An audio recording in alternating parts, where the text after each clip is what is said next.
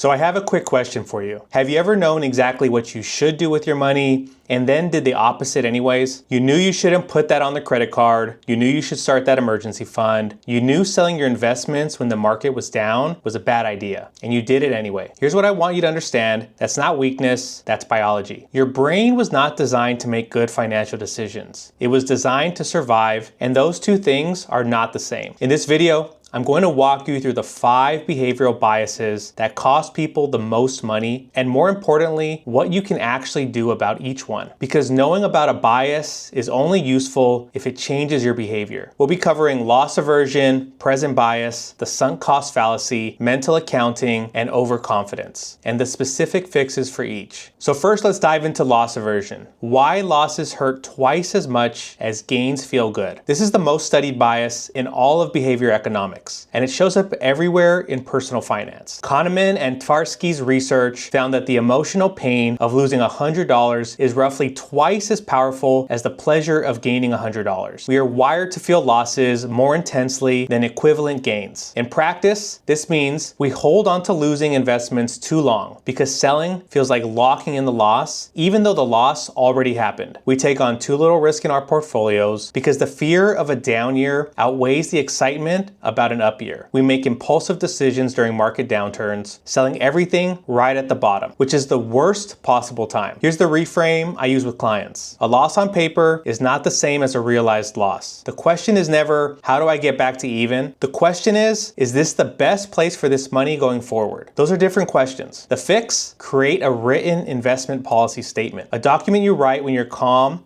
that says exactly what you'll do during a market drop. When the panic hits, you follow the plan you wrote, not the emotions you're feeling in the moment. A practical move, write down your plan before the next market correction. If the market drops 20%, I will, and then list out the specific action. Decisions made in advance beat decisions made under pressure every time. Next is present bias. Why your future self always loses. You've experienced this, you plan to start saving next month comes, and there's always a reason to wait. The month after, exact same story. This isn't procrastination in the traditional sense, it's present bias, the documented tendency to place a higher value on the right now compared to any future moment, even the very near future. Neuroscience research backs this up. When people think about their future selves, it activates the same brain regions as thinking about a complete stranger. Your brain doesn't experience your future self as you. It experiences your future self as someone else. So of course, it prioritizes today's comfort over tomorrow's security. The financial cost is enormous. Delayed retirement contributions, deferred emergency savings, postponed insurance purchases. Every month of delay has a compounding cost. The fix here is automation. Remove the moment of choice. Auto-enroll in your 401k and set contributions to auto-escalate 1% each year. Set up automatic transfers to savings and investment accounts the day your paycheck hits. Auto pay minimums on all debt, so a missed payment is never the outcome of forgetting. When you automate, you take the decision out of the hands of your present self, who will always vote for the immediate comfort. The right system makes the right choice for you. Willpower is a limited resource. Systems are not. Design your financial life so the right behavior is the default and not the exception. Now we move on to the sunk cost fallacy, throwing good money after bad. You bought a stock at $80, it's now $40. You hold it, or worse, you buy more because you've already put so much into it. You started a business that isn't working,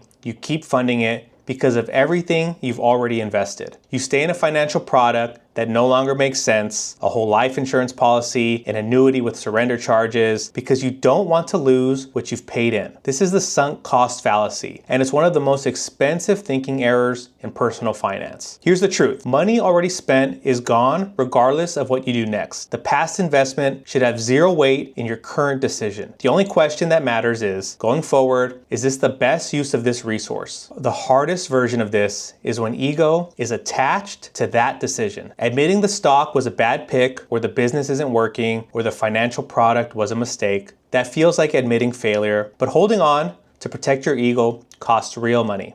The fix?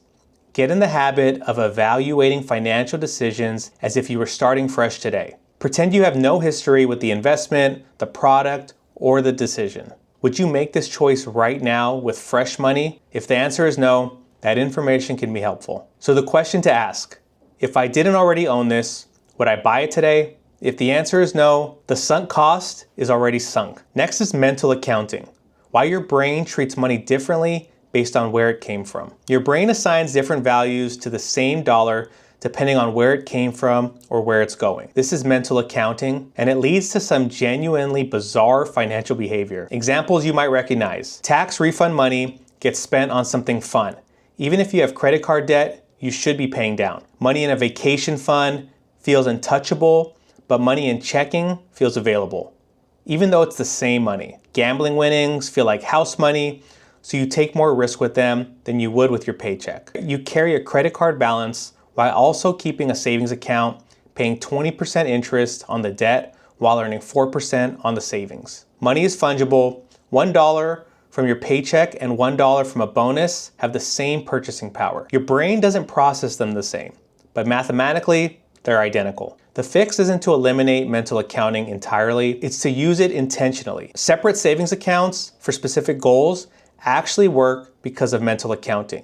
A car replacement fund feels harder to raid than a general savings account. Use the psychology, just don't let it use you. The dangerous version is when mental accounting causes you to make objectively worse financial decisions, like the credit card balance plus savings account example. In those cases, run the math and follow the math, not the feeling. A practical move you can take, audit your accounts. If you're holding savings, earning 4%, while carrying debt at 20%, the math says something clear. Let it. One I see often is overconfidence. This is the bias that hits highest earners the hardest. Overconfidence is the belief that your knowledge, judgment, or ability is better than it actually is. In finance, it's responsible for some of the most expensive mistakes investors make. Research consistently shows that the majority of people believe they are above average investors. Mathematically, that's impossible. But the feeling is real. Overconfidence leads to trading too frequently, which increases costs and taxes and reduces returns relative to holdings. Concentrated positions,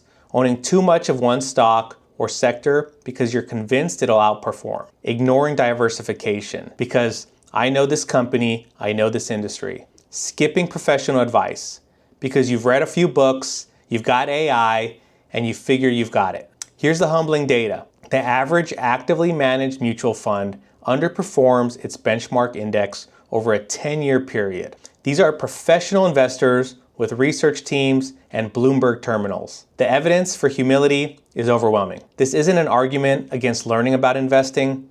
It's an argument for calibrating confidence to actual evidence. The fix? Look at index funds for the core of your portfolio.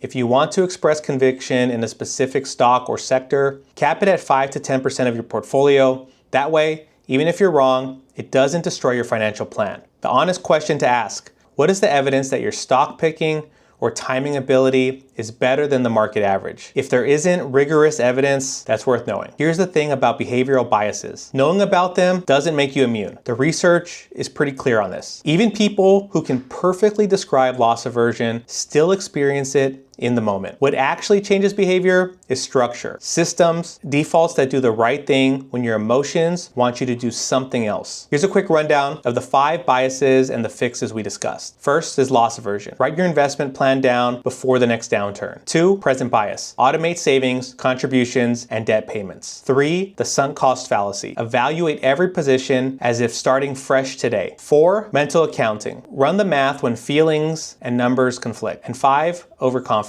Default to index funds, cap individual bets at 5 to 10%. Sometimes your brain is just working against you. The goal isn't to be superhuman. It's to build a financial system that doesn't require you to be. If you want to go deeper on any of this, I'd love to hear which bias resonates most with you. Drop it in the comments or reach out to me directly. And if you want help building the financial system that accounts for the human in this equation, that's exactly what I do. And there's a link in the description if you want to reach out.